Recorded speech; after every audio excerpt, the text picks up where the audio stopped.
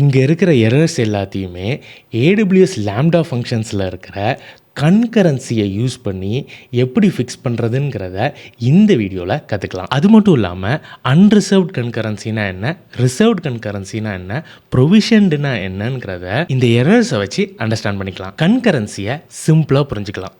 ஒரு லாம்டா ஃபங்க்ஷனில் சைமல்டேனியஸாக ஒரு செகண்டுக்கு எவ்வளவு டிரான்சாக்ஷன் நடக்குதுங்கிறத கன்கரன்சின்னு சொல்லுவோம். இதில் ஒரு லிமிட் இருக்குது. ஒரு அக்கௌண்ட்டுக்கு ஒரு ரீஜியனில் 1000 ரெக்வஸ்ட் பர் செகண்டு தான் டிஃபால்ட்டாக இருக்கும். இந்த லிமிட்டை வச்சு 3 டைப்ஸ் ஆஃப் கன்கரன்சியும் இந்த எரர்ஸையும் அண்டர்ஸ்டாண்ட் பண்ணிக்கலாம். இதில் பார்த்தீங்கன்னா அன்ரிசர்வ்ட் கன்கரன்சி இந்த ஹோல் லிமிட் 1000ஐயும் அதை யூட்டிலைஸ் பண்ணிக்கும். இப்போது நீங்கள் ஒரு ஃபங்க்ஷனை க்ரியேட் பண்ணியிருக்கீங்க, ஆனால் அந்த அக்கௌண்ட்டில் இருக்கிற வேறு யாராவது ஃபங்க்ஷனை க்ரியேட் பண்ணி அது ஃபுல்லாக அந்த லிமிட்டை யூட்டிலைஸ் பண்ணிச்சுன்னா rate limit exceeding error, throttling errors, request failures, இந்த மாதிரி எரர்ஸை நீங்கள் பார்க்கலாம். யூசேஜ் தெரிஞ்சு உங்கள் ஃபங்க்ஷனுக்குனே ரிசர்வ் பண்ணுறது தான் ரிசர்வ்ட் கன்கரன்சி. ப்ரொவிஷன் கன்கரன்சியில் ஒரு சரியான அட்வான்டேஜ் இருக்குது.